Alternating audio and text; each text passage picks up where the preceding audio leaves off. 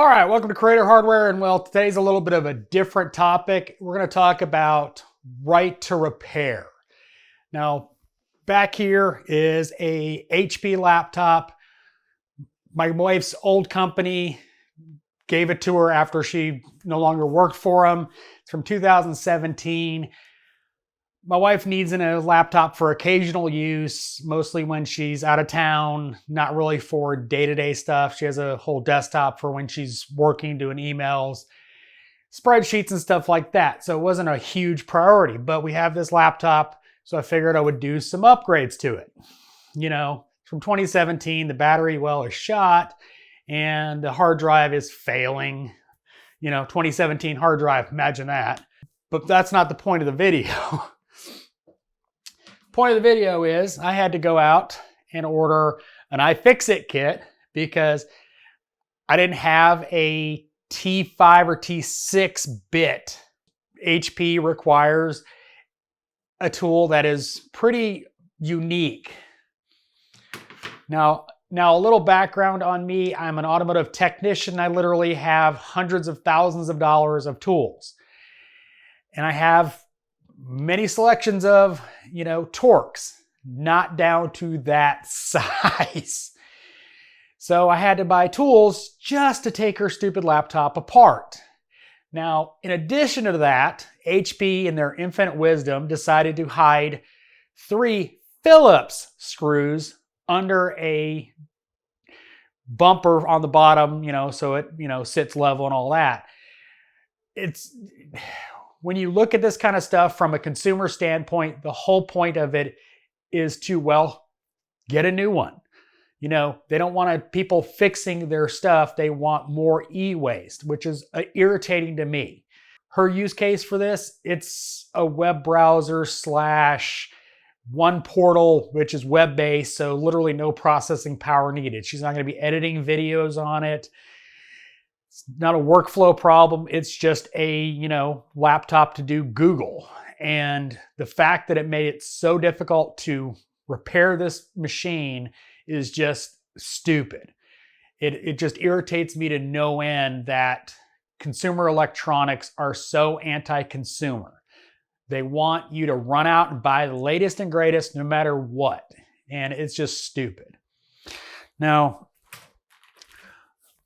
you can see the battery in this is a little swollen. Luckily, I was able to get a new one. HPs are pretty easy. Now, keep in mind, I refuse to buy any HP or Dell products. One of the biggest reasons is they come with so much bloatware. It's amazing how much bloatware they put on their desktops and laptops just for their product to run slower. I'm not even going to mention how anti-consumer Apple is, because they're even worse. Oh, my M1 has a slot for an M.2, but you won't let me use it because I didn't pay for an upgrade when I bought it. Apple's in a whole nother category of anti-consumerism, but we won't get into that because, that's just, they're horrible. That's why I don't own Apple products. My wife, for a job she took for a short time, was forced to use a Mac laptop, which was stupid in the first place, considering it's accounting and you need a lot of screen real estate, and they bought her a 13-inch Mac Pro. Just, screams why she doesn't work there anymore. But anyway, just to take this laptop apart, I had to go out and buy an iFixit kit. Now, yes, I could have got these bits somewhere else. I could have got them from Snap-on or Mac. But I can get this overnight. So, I put a new SSD in it, repasted the CPU and GPU just because I was there, and then replaced the battery. So it's all up and running for her, which is good. And this keeps e-waste out of the landfill, because if this was not usable, it would just get thrown in the garbage and we'd buy something new. And to spend $500 for her to, come to think of it, I'm about $300 into this project.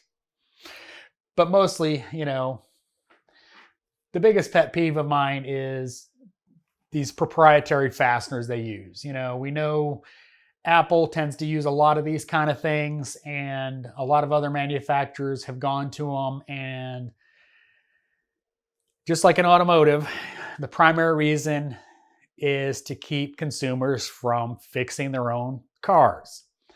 And unfortunately, it's not going away. Automotive manufacturers are doing the same kind of thing. They're making it harder and harder for anybody to just fix their product. Now, some of it's for manufacturing reasons. You know, modules in cars come blank. You have to program them. That's hard for the consumer to do. They make a, module that fits multiple different vehicles, and the program determines how it works.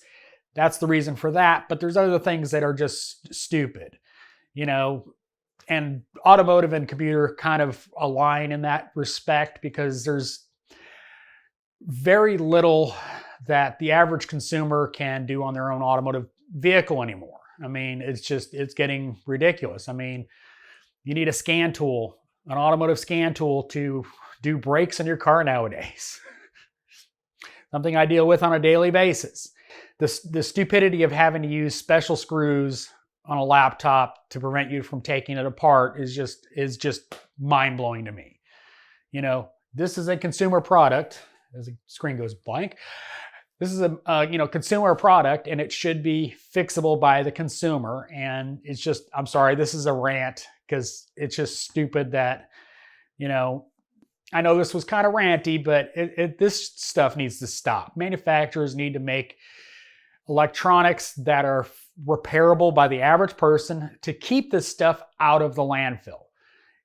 This laptop, if it wasn't fixable by me, was getting thrown out and getting replaced, adding to, e-waste. Now, we would have recycled it properly, but the fact is that it shouldn't be this hard to put a new SSD in a laptop.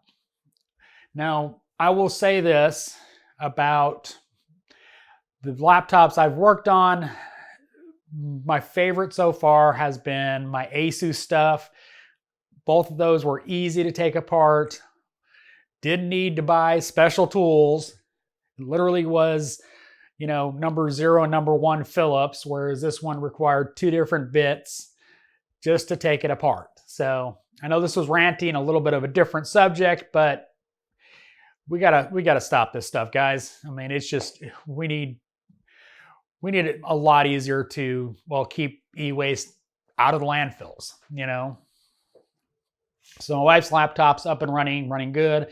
Fresh Windows install, SSD, new battery, even repasted the CPU and GPU. So she should be good for a while for what she uses it for. But the struggle of, realizing that the screws that you can barely see under the trim, which, see this trim right here? There's 3 screws hidden under there. There is literally no reason for that. That is literally so the average consumer can't figure out how to take it apart. So, hope you enjoyed this video. As always, thanks for watching. This is Creator Hardware.